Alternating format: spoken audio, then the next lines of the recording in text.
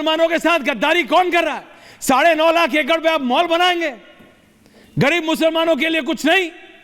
कौन है गद्दार? AIM जवाब दे रही। देखिए वफ के गद्दार, देखिए वफ के गद्दार जो हैं वो हैं सरकारें, जिन सरकारों ने वफ की जमीनों को लूटा है। और मैं एक बात और कहना चाहूंगा, दो बात बोलो आप दिल्ली में चांदनी चौक में जाइए, जितनी भी बड़ी बड़ी हमारी मस्जिदें हैं और हमारे मदरसे हैं, वफ की संपत्ति है, उन पे सारा अवैध कब्जा जो है वो हिंदू भाइयों का है। वो 10 रुपए, 20 रुपए, 50 रुपए, 100 रुपए, 200 रुपए किराए में, जो आज की कीमत में जो 10-10 पार्लियामेंट वाला तो नहीं है ना की है, उस पर वो जो बैठे हैं वो खाली नहीं कर रहे। नहीं, वो पार्लियामेंट वाला कब्जा तो नहीं है, तो आपने कह दिया था कि पार्लियामेंट भी आपकी है, कब्जाए बैठे हैं। तो ऐसे नहीं, ये जो आप दावा कर रहे हो ऐसा ही तो नहीं, जैसे आपने इंदिरा गांधी हवाई अड्डे पे कर दिया था कि ये भी हमारा है, भारत की संसद पे कर दिया था, शांति निकेतन से लेके पृथ्वीराज रोड तक कर दिया था। देखिए ऐश्वर्या जी, आप बीच में बोलेंगे। अरे मैं आपसे पूछ रहा हूँ ऐश्वर्या जी, आप मेरा फायदा उठा रहे हैं, मैं आज स्टूडियो में नहीं हूँ तो फायदा उठा रहा मेरे को नहीं, आप ही बोलते रहेंगे सर, फिर आप बोलो, बुलवाने का तो कोई बोलो ना। मैं बोल रहा हूँ, अरे भाई हम कह रहे हैं वफ का कानून जो है हमारे लिए मिनी NRC है, उसमें हमारी नागरिकता छीनी जा रही थी, सरवर साहब हमारी संपत्तियों को छीनने का काम सरकार कर रही है। सरकार हमारे लिए कुछ नहीं करने वाली, और बार बार आरक्षण की बात हो रही है। तो आरक्षण के खिलाफ जब 4% कर्नाटक में आरक्षण मिल रहा था, उसके खिलाफ हाईकोर्ट कौन गया? भाजपा की सरकार गई, येदियुरप्पा गए, मगर हाईकोर्ट ने कहा कि आरक्षण जारी रहेगा। जहां इनकी सरकार है बिहार में, वहां 4% आरक्षण मिल रहा है, वहां पर ये क्यों खामोश है? तो ये एक नैरेटिव बनाते हैं, जिस तरीके से एक माहौल बनाने का काम करती है भाजपा, के दिखाया जाता है कि हम मुसलमानों को कभी आरक्षण नहीं लेने देंगे। अरे भाई, मुसलमान आरक्षण की बात नहीं हो रही, ये तो जो पिछड़े लोग हैं उनके आरक्षण की बात हो रही है। सरवर साहब, काउंटर, क्विक काउंटर। सरवर साहब, आपका व्यू पॉइंट, बिलाल खान आ रहा है, उनको चुप हो जाना चाहिए। देखिए इसी की वजह है कि ये 300 से जो है आज 240 पे आ गए, और आने वाले समय में भाजपा, मेरे को लगता है वही पुराने इतिहास में चले जाएगी, जो पहले 2 थे कहीं 2 ना आ जाए। और गुलाम सर, बात में एक और कहूंगा ऐश्वर्या जी, अरे सपने देखने को किसी ने मनाई थोड़ी, सपने सबको देखने चाहिए। आप भी देखो, मोदी जी की भाजपा अलग है, अटल बिहारी वाजपेयी की जो मॉल कब खाली कर रहे हो यार? सबका विकास, सबका विश्वास, बाकी बात बाद में होगी। और बीजेपी मॉल कब खाली कर रहे हो करती है? मॉल कब खाली हो रहा है ये बताओ, बाकी बात बाद में। हमारा मॉल होगा हम खाली कर देंगे। बस ठीक है। सरवर साहब जवाब, सरवर साहब, सरवर साहब, ओके रंगरेज जी, भाई दावा किया था हमने, तो नहीं किया था, वक्फ के चेयरमैन ने किया था भाई, वक्फ बोर्ड नहीं बोला था रंगरेज जी।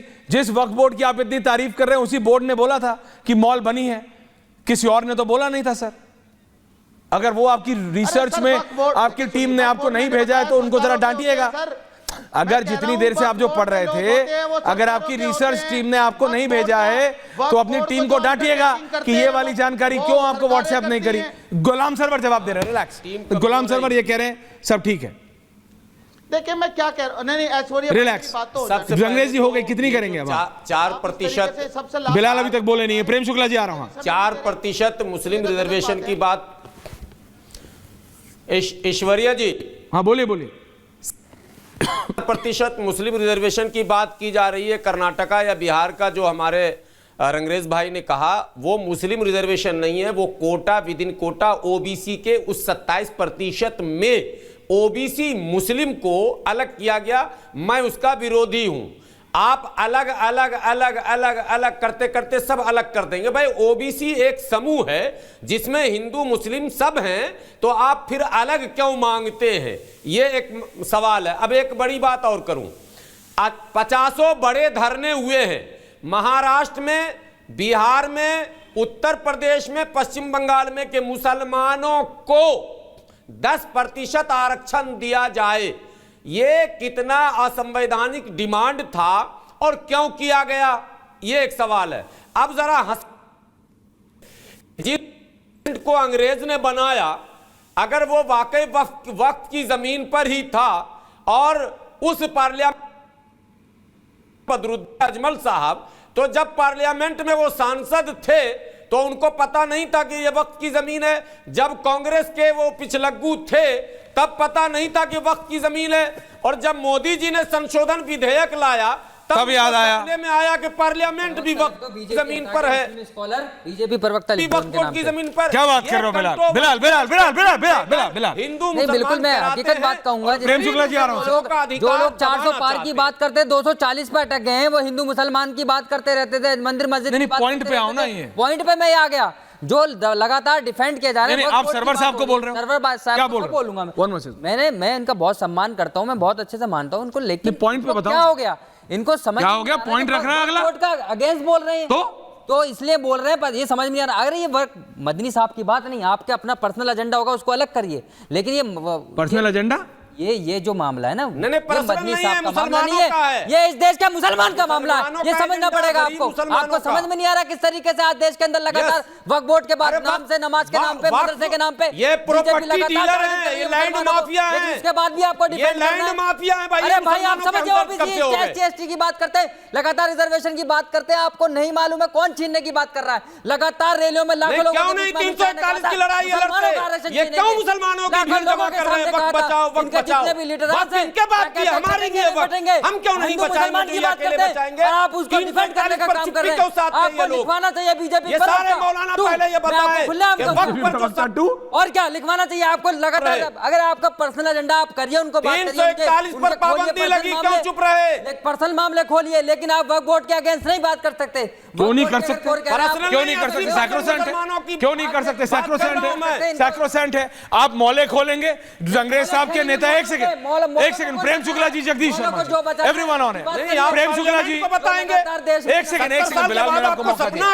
ये कह रहे भाई वक्फ बोर्ड मॉल खोले या सैलून खोले या क्लब खोले या पार्टी जोन खोले, वक्फ बोर्ड पे बात नहीं होगी। वो सैक्रोसेंट रास्ता अपनाते हैं, वो सैक्रोसेंट है। प्रेम शुक्ला जी